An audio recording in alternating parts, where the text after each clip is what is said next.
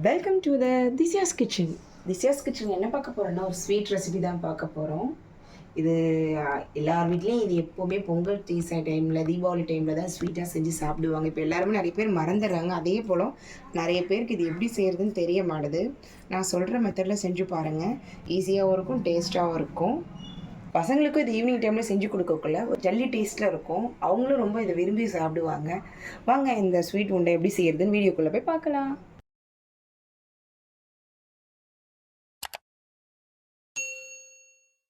இப்போ இந்த உண்டை செய்யறதுக்கு முதல்ல ஒரு வானல் எடுத்துக்கங்க. இப்போ வானலில் நான் ஒரு 1.5 கப் அளவு ஜவ்வரிசி சேர்த்துக்கிறேன். சேர்த்துட்டு இது ஒரு 3 நிமிஷம் அடுப்பை ஹையில் வச்சு நல்லா வறுத்துக்கலாம். எதுக்காக வறுக்கிறோன்னாக்கா இது வறுக்கக்குள்ளே தான் சீக்கிரமாக ஊறி நம்ம உண்டை பிடிக்கக்குள்ளே நல்லா பிடிக்கிற பதத்துக்கு வரும் உண்டை. அதுக்காக தான். அதே போல் இது எடுக்கக்குள்ளே மாவு ஜவ்வரிசி எடுத்துக்கங்க. அதுதான் நல்லாயிருக்கும் உண்டைக்கு. நைலான் ஜவ்வரிசி எடுத்துங்கன்னா அந்தளவுக்கு டேஸ்ட் இருக்காது. இப்போ பாருங்கள், மொத்தமாக 3 நிமிஷம் ஆகிடுச்சு. நல்லா பொரிய ஆரம்பிக்குது. இந்த ஸ்டேஜில் நம்ம வேறு ஒரு பாத்திரத்துக்கு இதை மாற்றிக்கலாம். அவ்வளோதான், மாற்றியாச்சு. இந்த ஸ்டேஜில் இதில்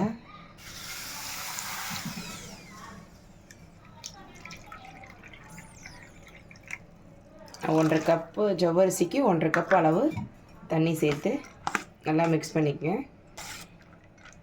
அவ்வளோதான். ஒரு மணி நேரம் இது இப்படியே இருக்கட்டும். பாருங்கள், 1 மணி நேரம் ஆகிடுச்சு. நம்ம முதல்ல சேர்க்கக்குள்ளே தண்ணியாக இருக்கிற மாதிரி இருந்துச்சு. இப்போ பாருங்கள், தண்ணி நல்லா ஊறி இந்த மாதிரி கட்டியாக ஆகிடுச்சு. இதை மிக்ஸி ஜாருக்கு மாற்றிக்கலாம்.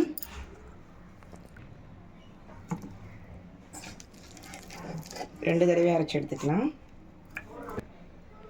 இது மையமையாக அரைக்காமல் லைட்டாக 2 சுற்றின போல் எடுத்துடலாம். இப்போ பாருங்கள், நல்லா இந்த பதத்துக்கு அரைச்சி எடுத்தாச்சு. இப்போ இதை ஒரு பவுலுக்கு மாற்றிக்கலாம். அவ்வளோதான், அரைச்சி எடுத்தாச்சு. இப்போ நம்மளால் உண்டை பிடிக்க முடியாது. இப்போ பிடிக்க ஆரம்பிச்சோன்னா கையில் பிசு பிசுன்னு ஒட்ட ஆரம்பிக்கும் இந்த மாதிரி.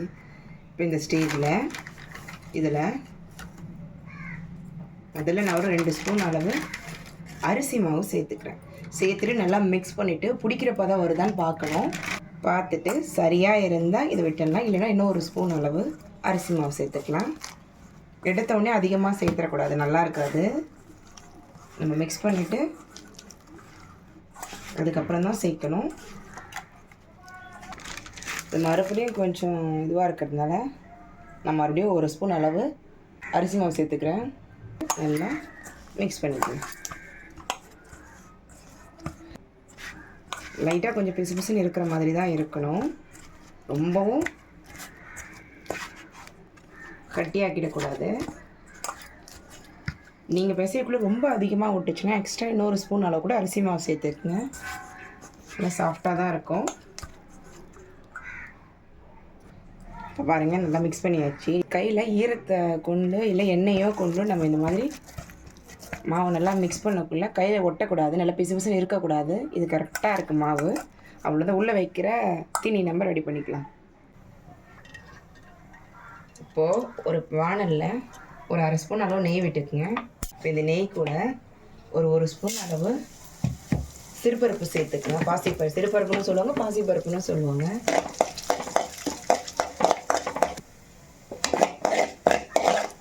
இது ஒரு நிமிஷத்துக்கு அடுப்பை குறைச்சி வச்சு நல்லா அந்த நெய்லேயே வறுத்துக்கலாம். நல்லா கமகமான வாசம் வர ஆரம்பிக்கும். அடுப்பில் ஹையில் வச்சு வறுத்திங்கன்னா 30 செகண்ட் வறுத்திங்கன்னா போதும். இப்போ நான் அடுப்பில் ஹையில் வச்சு வறுத்ததுனால ஒரு 30 செகண்ட்லேயே நல்லா செவந்து வாசனை வர ஆரம்பிச்சு. இந்த ஸ்டேஜில் நான் ஒரு முழு தேங்காவை எடுத்து நல்லா இந்த மாதிரி துருவி எடுத்து வச்சுருக்கேன். இப்போ இதோடு இதை சேர்த்துக்கலாம். சேர்த்துட்டு நல்லா வறுத்துக்கலாம். இந்த மாதிரி தேங்காய் நான் வறுத்து நம்ம உண்டை செய்யக்குள்ள வாசனை நல்லா சூப்பராக இருக்கும். இப்போ தேங்காய் நல்லா வறுபட்டுடுச்சு. இந்த ஸ்டேஜில் இந்த தேங்காய் கூடவே நான் 1 கப் அளவு நாட்டு சக்கரை சேர்த்துக்கிறேன். சேர்த்துட்டு இது நம்ம இப்போ ஒரு 30 செகண்ட் நல்லா பரட்டிக்கலாம். நாட்டு சக்கரை சேர்த்ததுக்கப்புறம் இப்போ இது கூடவே ஒரு 4 ஏலக்காவை இடிச்சா போல சேர்த்துக்கிறேன்.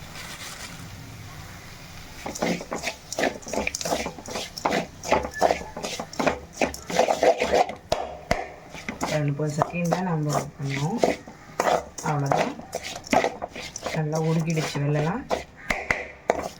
இந்த ஸ்டேஜில் நம்ம அடுப்பு ஆஃப் பண்ணிடலாம். உள்ளே வைக்கிறதுக்கு தீனி ரெடி ஆகிடுச்சு. இப்போ நம்ம உண்டை பிடிச்சிக்கலாம்.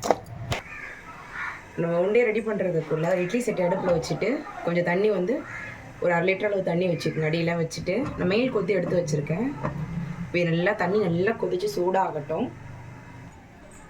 இப்போ நம்ம ரெடி பண்ணி வச்ச மாவை கொஞ்சமாக கையில் தண்ணி தொட்ட மாதிரி கொஞ்சமாக ஒரு உண்டை எடுத்துக்கலாம். இந்த மாதிரி எடுத்துக்கங்க. 2 கையிலையும் ஈரம் நினச்சிக்கோங்க. இந்த மாதிரி உருட்டிக்குங்க. ஊட்டிட்டு இப்போ இடையில கொஞ்சமாக கையில் தண்ணி தொட்ட மாதிரி நல்லா மெலிசாக உண்டைய கையாலேயே இந்த மாதிரி தட்டி கொண்டு வந்துடுங்க. அவ்வளோதான். இப்போ கரெக்டாக இருக்கும். இந்த திக்னஸ் பாருங்கள். இப்போ நம்ம இது உள்ளே தீனி வச்சுக்கலாம். இப்போ இதில் ஒரு ஸ்பூன் அளவு நம்ம ரெடி பண்ணி வச்சு தீனியை உள்ளே வச்சுட்டு, அதிகமாக வச்சுக்கிங்கன்னா உங்களால் கவர் பண்ண முடியாது. கரெக்டாக அந்த அளவாக எடுத்து வச்சுக்கங்க. இந்த உண்டை எந்த அளவுக்கு பிடிக்கிறீங்களோ உங்களுக்கு தெரியும் இல்லைங்களா?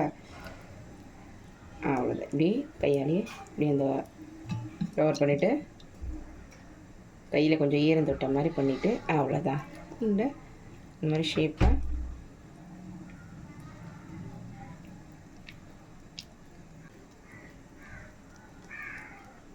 அவ்வளோதான். நம்மளோட உண்டை ரெடி ஆகிடுச்சு. இப்போ இதே போல் எல்லா உண்டையும் நம்ம ரெடி பண்ணி எடுத்துக்கலாம். இப்போ இந்த உண்டையை இட்லி செட் அடுப்பில் வச்சுருக்கோம் இல்லைங்களா, லைட்டாக எண்ணெய் சேர்த்தா போல் இப்போ ரெடி பண்ண உண்டையை நம்ம இதில் வச்சாச்சு. இதே போல் எல்லா உண்டையும் நம்ம ரெடி பண்ணி வேக வச்சு எடுத்துக்கலாம். அவ்வளோதான். நம்ம எல்லா உண்டையும் உருட்டியாச்சு. மொத்தமாக 9 உண்டை வந்துச்சு. அடியில் ஒரு கொத்து வச்ச போல் அதில் கீழே 2 உண்டை வச்சுருக்கேன். இங்கே மொத்தம் 7 உண்டை இருக்குது. ஒவ்வொரு உண்டையும் ஒரு கலரில் இருக்குது. இது 3 தான் ஒயிட் கலரில் இருக்குது. லைட்டாக அந்த நாட்டு சக்கரையோட கலர் லைட்டாக உண்டையில் மிக்ஸ் ஆகிடுச்சு. பரவாயில்ல, அதுவும் டேஸ்ட் நல்லா தான் இருக்கும். இப்போ இது நல்லா வெந்து வரட்டும். எப்படியும் இது ஒரு 10 நிமிஷம் நல்லா வேகட்டும். அவ்வளோதான். 10 நிமிஷம் ஆகிடுச்சு. நம்ம ஓப்பன் பண்ணி பார்க்கலாம். பாருங்கள், நம்ம உண்டை நல்லா சூப்பராக ரெடி ஆகிடுச்சு. அவ்வளோதான். இப்போ இதை நம்ம அடுப்பு ஆஃப் பண்ணிட்டு ஒரு பிளேட்டுக்கு மாற்றிக்கலாம். இப்போ பாருங்கள், நம்மளோட உண்டை நல்லா சூப்பராக ரெடி ஆகிடுச்சு. பாருங்கள், இவ்வளோ ஜல்லி மாதிரி இருக்குது. சாப்பிட்றதுக்கும் டேஸ்ட் நல்லா சூப்பராக இருக்கும். இதுக்கு மேலே கடைசியாக நான் லைட்டாக சர்க்கரை தூவிக்கிறேன். லைட்டாக மேலே ஸ்வீட்னஸ்க்காக தூவிட்டு அந்த சூட்லேயே தூவிடுங்க. கொஞ்சம் கொஞ்சமாக தேங்காய்.